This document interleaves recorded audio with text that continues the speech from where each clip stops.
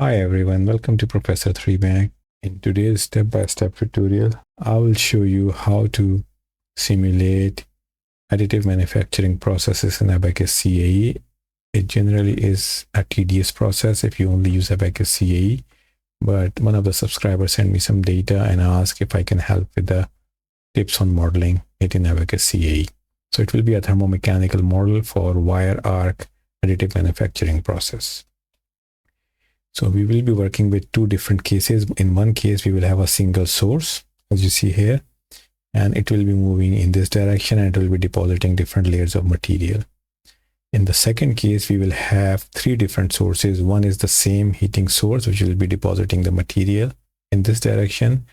But before that, there will be an inductor, which will be preheating the material before this torch starts to deposit the material.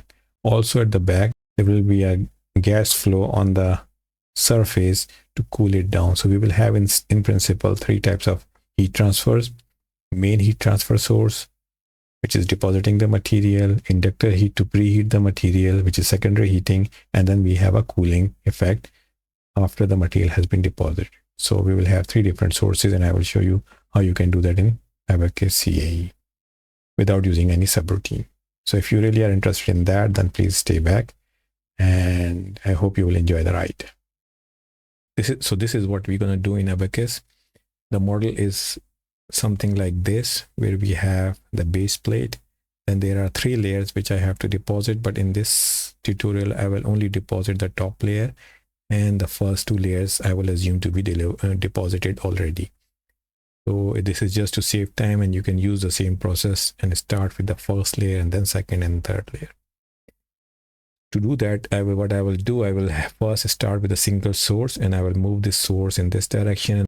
So I will deposit the top layer in 5 different segments, which will depend on the thickness of the bead which you are using in wire arc welding. So first bead of this size, and second one will be active, and then third one and fourth one and fifth one, and I will apply this.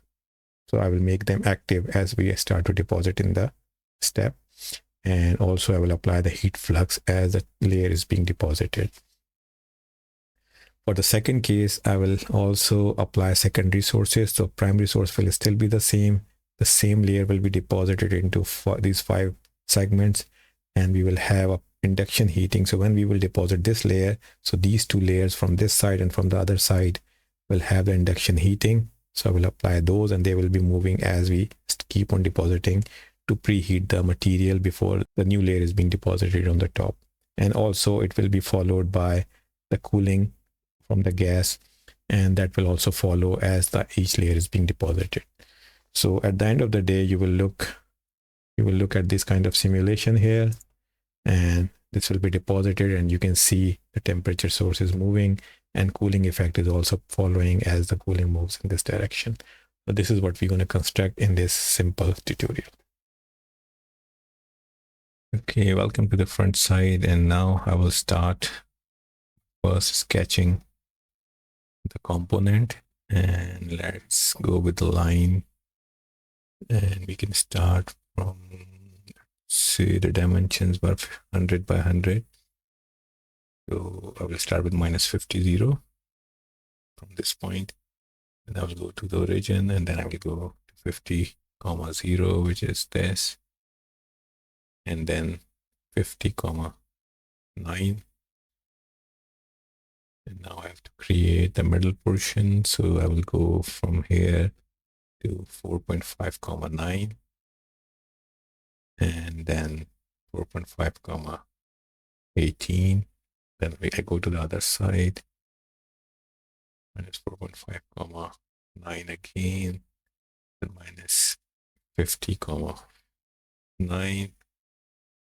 Then I will connect them together. So this way I will create the sketch. And now I will give a depth, and depth is around 100. So I'll go with the 100 dimension here. So this is how the part looks like, which is the central portion is the one which will be deposited using wire arc additive manufacturing. Now we go to the property module and define the material properties. So create material.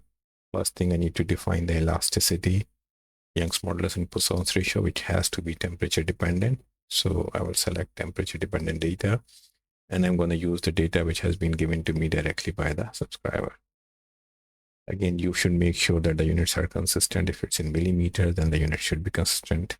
And I have many videos on my channel on that. Similarly, plastic properties. And now for that, I have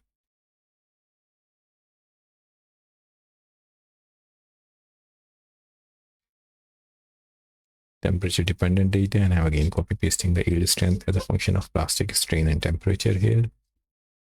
Again, the data has been provided by the subscriber. I think next is to define, I would say, let's go with, I'm just trying to check the property value there. So I think the units were incorrect since everything is in millimeters. So I've converted everything to megapascals in this case. Okay, so again, you make sure the units are consistent. I'm not paying attention. I'm just trying to show you the process of doing it. Again, thermal conductivity now as a function of temperature. So I will copy paste the properties again given to me by the subscriber without going into the details of the conversion in this case. So let me bring that data here from Excel sheet, and this is the data which was given to me for thermal conductivity until the temperature, which was 2000. Now next is the specific heat, again temperature dependent data, and again I'm just using the data which is given to me.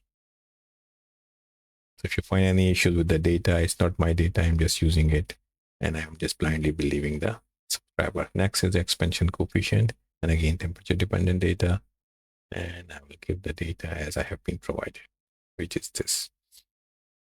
What else? I think I need to define density as well because we have a specific heat, but I will come back to that later on. If we need it, then I will define it.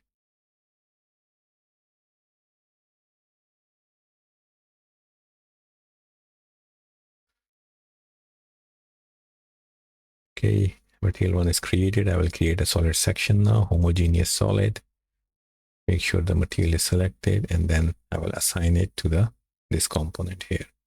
So assign section, select the material part, and then select the section, which is material one, and it's green. So material properties are assigned. Next is assembly, and I will instance the part as I usually do. And this is the part. Now in the assembly model, there is only one part, so we don't need to instance any more parts. We need to now create some of these partitions because we will be depositing the central part as the layer by layer deposition. So I'm going to create some XZ plane datum planes, and they will be at a distance of 9, then further 3, 12, and then 15. And now I will quickly create the partitions using these datum plane by pressing the create partition through datum plane option, which is here. So I'll create the datum plane, create the first partition. For the second one, I have to first select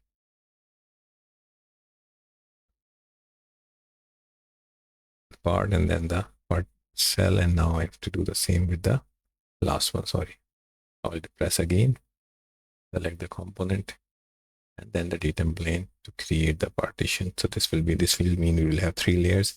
I'm only going to deposit the top one. I will assume that the first 2 layers are deposited already to save time, but the same method can be used to deposit each layer one by one. I'm going to only deposit, as I said, the top layer. Okay, but to do that, again, we need to deposit it in small bits and pieces because our laser or in this case wire arc moves with a certain width. So I have to divide this into certain number of partitions along z-axis. Okay, let me think how I can do it. I think datum plane would be the best option again. So let me first create the datum planes along XY plane. And I will start with 0, 0, or let's give a distance, for example. Oops, okay. So I will give an offset of, because the total length is 100. So let's give an offset of I'm just trying to think to optimize my time and simulation time because I just need to show you the process. Let's give a value of 9 will be too small, so let's go with 10. So this means second 20 is the best one in my opinion. 20, 40, 60, and 80. So I will have 5 partitions. Again, this is very coarse. You can have more smaller partitions depending on the bead size, or the if you selective laser, then you have to, it should be based on the size of the beam which is hitting the material. But in this case, I'm going to go with the 20, which is very coarse, but just to show you how you can do it. So now I'm doing the partition again, create partition using individual planes and the components. So again, select the part, press done, select the datum plane, which is this one now. And then I keep on doing it until I have all the 5 components, all the 5 partitions. Last one. That's it. The one which was left is 10, which I just created by mistake. So you can ignore it. It doesn't do anything here. Now we have all the partitions, and I will just basically deposit the top layer in 5 steps. As you can see, and it looks pretty much okay for the time being. If you have more partitions, you have more work to do, as you can see. But once you have created the model, it should be easy. Now let's go to the assembly, and also in the assembly module, you can see the same partitions which we created in the part module. So all set from the part perspective now. Let's go to the steps and now create 5 steps, which will be depositing each partition of the top layer one by one. So step 1, Belgium on 10,000 increments, output increment size, I'm giving it as 4.1 to be initial and maximum, and maximum allowable temperature should be, oops, so I have to give the value here. So let's go with a value 10 or maybe 100, I think is better. Again, you can see this has an implication on the time increment size, so you can have a look at ABAQUS documentation, and I have many tutorials on that. So rest is all default, as you see. That's the step number 1, which will deposit the first layer, first part. Then I'll go to the second one, coupled temperature displacement analysis. Again, 10,000 increments, and all the other parameters should be the same as I did for the previous part. Okay, oops, sorry, system is stuck. Okay, so 100 and 10,000 again, initial and maximum should be 0.1 to get at least 10 number of increments for each step. Rest is all default. Total time period is 1, and this will depend on the speed of your torch, but in this case I'm just using 1 because I'm assuming that each of these partition is 1 deposition in this case. Similarly, step 3, and I will keep on doing it until I have 5 number of steps.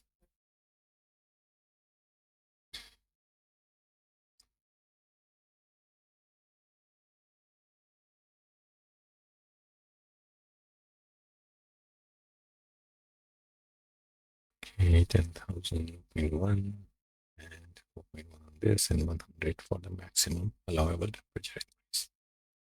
Last one now.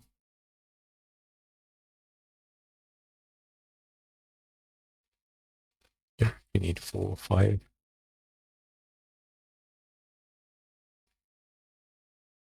Temperature displacement. Okay.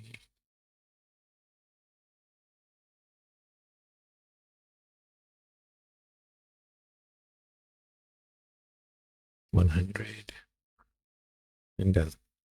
Now we have 5 steps for each of the partition in the top layer. More layers or more partitions you have, you will have more, need to have more number of steps.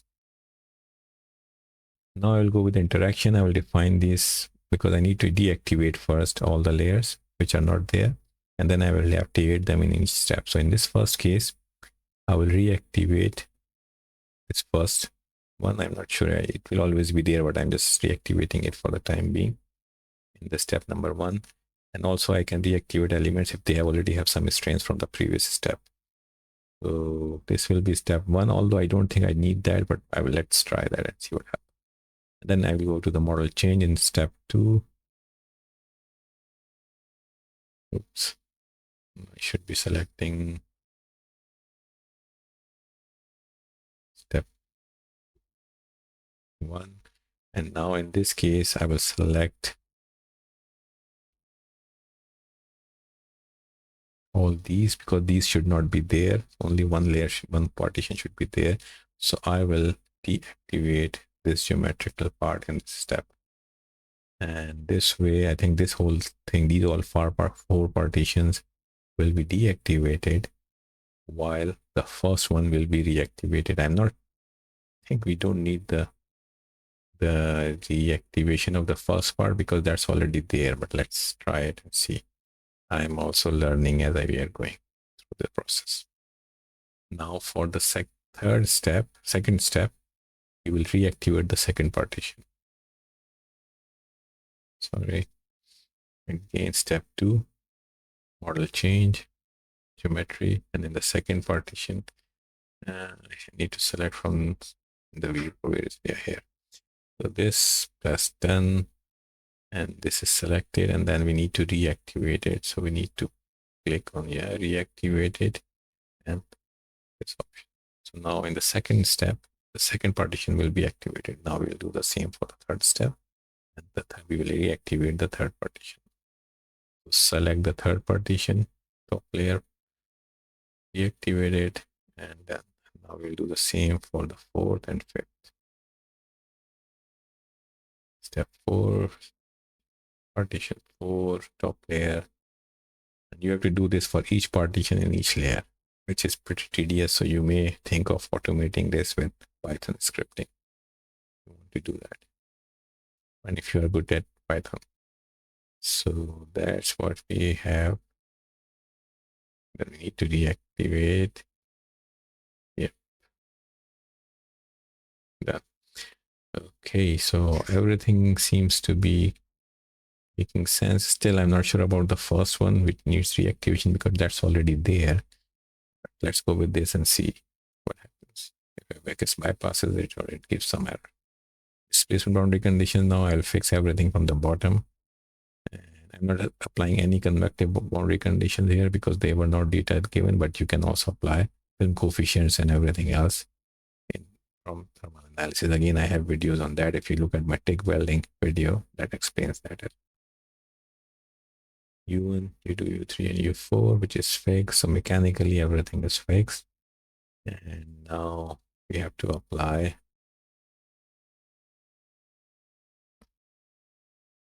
thermal loading. So thermal loading should be here, surface heat flux. And in the first case, I will apply the surface heat flux on the top of the surface one by one in each step. So this should be first step. Oops, it's gone somewhere else. Yeah, here.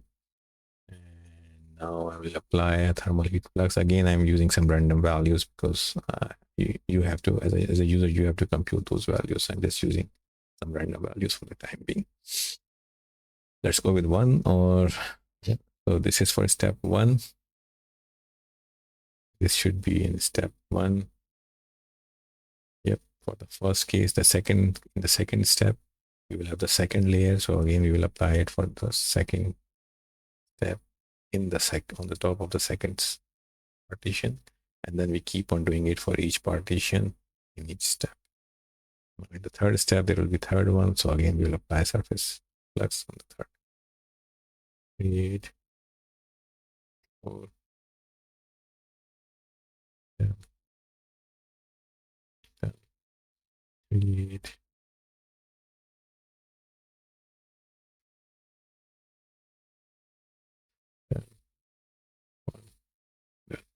So now we have everything. Oh, this should be in step 5, last one. So we should move it to the right. Again, if you made it in the wrong step, you can always move left or right as I have done it here. So all the boundary conditions are also defined for each step. Or loading also is defined. So this should also go to the first step. So we are fixing the bottom of the initial increment. Now I'll mesh it. So I'll go with a global mesh, again, simple geometry. I will keep my life simple.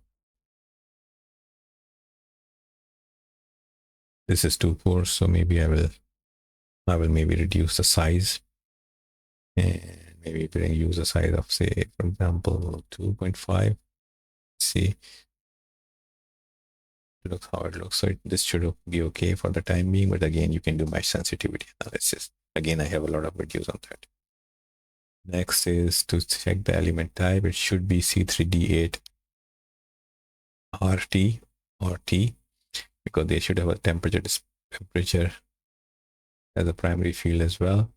So again, you can choose this or this depending on what is your choice. So next is you go to job module, create a job. Let's call this job as WAAM or test 1 underscore WAAM, which is wire arc additive manufacturing. I will keep everything as default, but precision, I always go for full precision. And then I will submit the job now. So just to check the loads first, everything is fine. And I have given a value. You can also use user defined if you have not the normal distribution, but you have some kind of distribution of heat flux. You can use that, and I can make a video if you really like to have that. And now I have submitted the job. So let's see what happens. So there seems to be some errors here.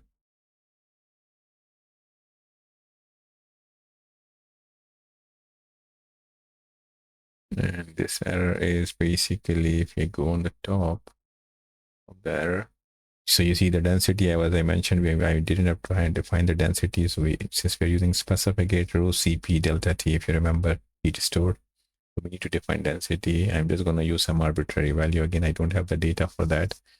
So I'm going to use a constant value, but you can define the density as well as a function of temperature. So I'm just going to use 2.6 exponent minus 6. Again, units, you need to make sure that it should be 2.6 exponent minus 9 in this case. But I'm just using random parameters because I want to keep you guys learn about these things as well. So make sure your units are consistent. It should be 2.6 exponent minus 9, just to give you a hint, or millimeter models. Now it works fine. It's running, and you see it's finished after some time. So let's look at some results, interesting results now. So results, don't forget to like and subscribe the video. These are we're in the visualization module, and you can see layers are being deposited. And so that's working fine. And now let's look at the contour plots. So best would be to look at maybe the temperatures. So you see the temperatures are, I have to press this here again, and you see the temperatures, how they are really changing. Again, I have defined the heat flux and everything very low. So maybe that's why the temperature seems to be pretty low, around 22, 23 degrees Celsius or something. But as you can see, everything seems to be working fine with single source. So this is the first case where we have done it for single source. You can see heat flux as well, that how heat flux is moving, which we applied on the top of each partition as the partition was deposited. Again, you don't have a constant or uniform distribution of heat flux, and you can use deflux subroutine. And I have a nice video on that. I can also create a video with deflux as well if you need. Please comment below for that. So it looks good. I think I am happy with that. So next we have to move to the multiple sources. So what I'm going to do now, I have to first go to the ABAQUS CAE, and I have copied now everything as a new model with ABAQUS model multiple heating. And you see the material property is exactly the same. It's the same model which I have copied. So everything is the same as I defined before. And assembly is the same. Steps are still the same. All the 5 steps which I defined before. And so only thing we need to change, interactions are the same with model change as we did before. remember. So that works fine as well.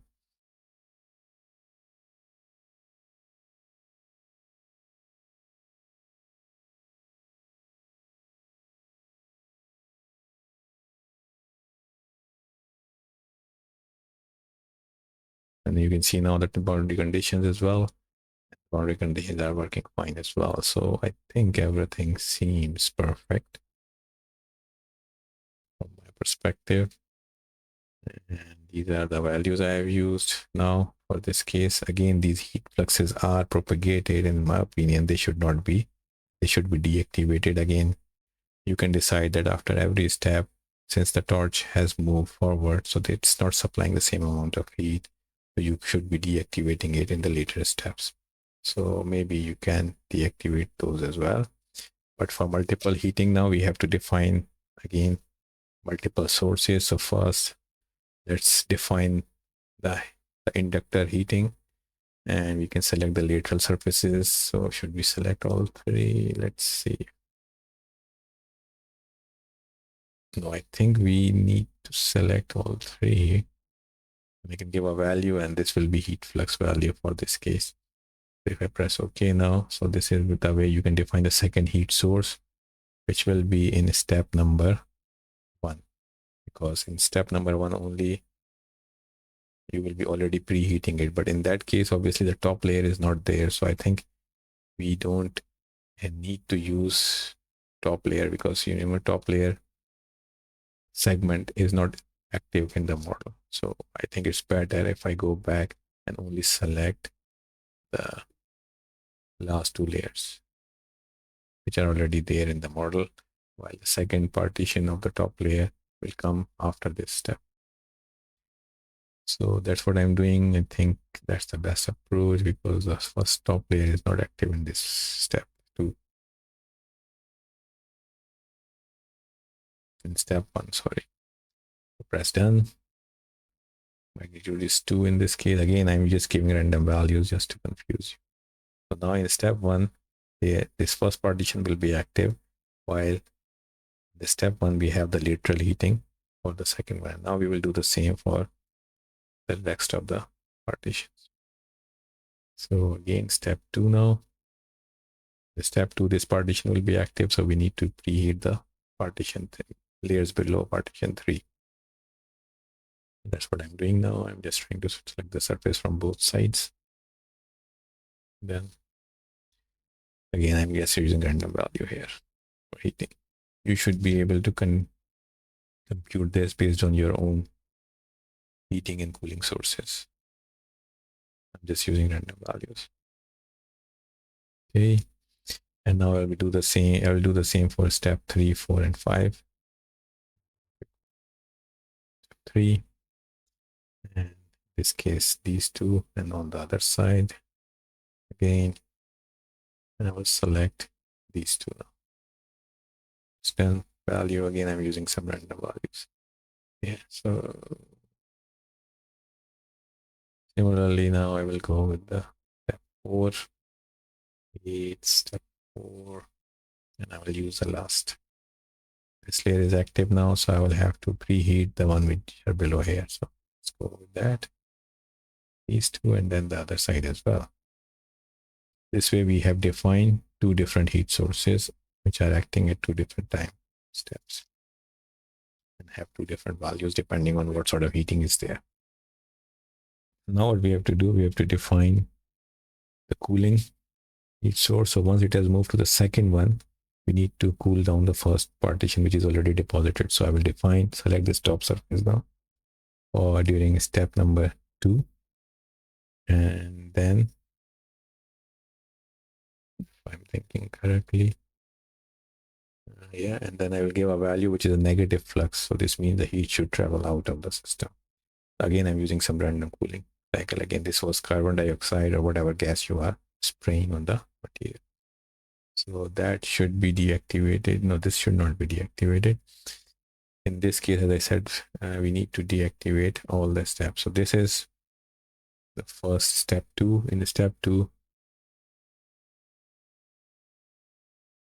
we need to deactivate everything. As I said, the most I think better is to deactivate, otherwise your temperature will continuously heating everything together, in my opinion. So heating should be deactivated as you move to the next part. That's what I'm doing here. If you use deflux, then it depends on the position. So as you move the position, the flux moves around.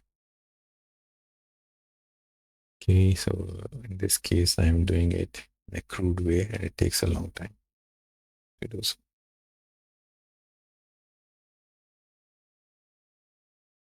So now this is the first cooling part. Let's go for the step 3 now and cool down the second one, which was deposited just now. So let's define for step 3. Yeah, so the second should be there, continue, select this. It's done. Again, I give a negative value. This means heat should flux flow out of the system. And again, I'm using some random values, so don't get confused with that. So again, I need to deactivate this as well.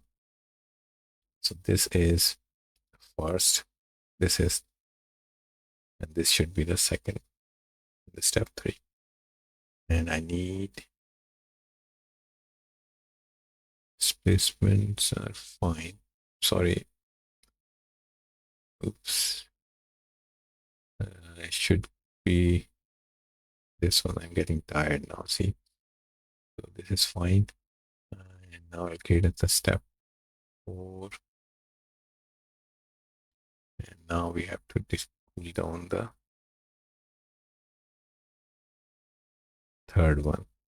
Because in step 4, fourth partition will be deposited. So we need to cool down the fourth one. Okay. Again, step 4, continue and cool down this partition. Done. Again, I'm giving negative 20 value. Again, these are all random values. And we need to deactivate as well in the next later steps, because again, gas spray might be moving along the path as well.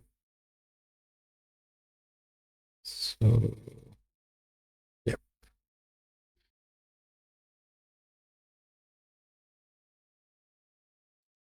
Okay.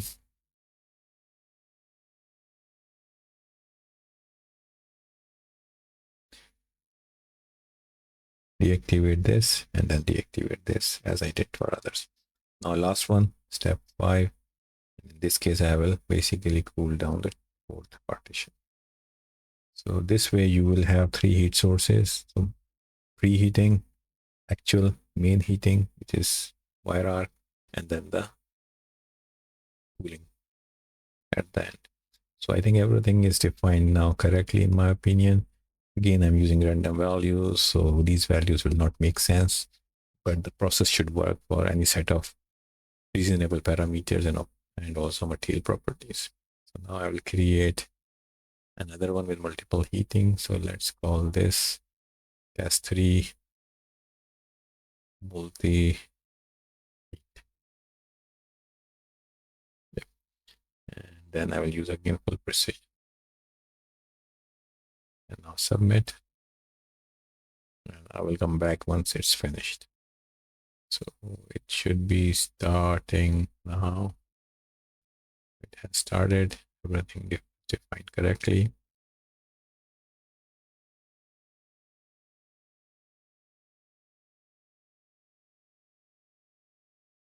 And you can see now everything is finished with no problems at all with all 5 steps. So let's go back to the result. It took a couple of hours at least to solve this with this, even this course mesh. So now you see this is how stress distribution looks like. If we go and look at the temperature, then you see these are the highest temperatures since we have deactivated. So now we have more reasonable temperatures. And this is how it looks. So you see first layer heated up with second layer with cooling. You see the cooling is playing some role in the precursor, and also the preheating is also playing a role as the temperature is moved to the next layer.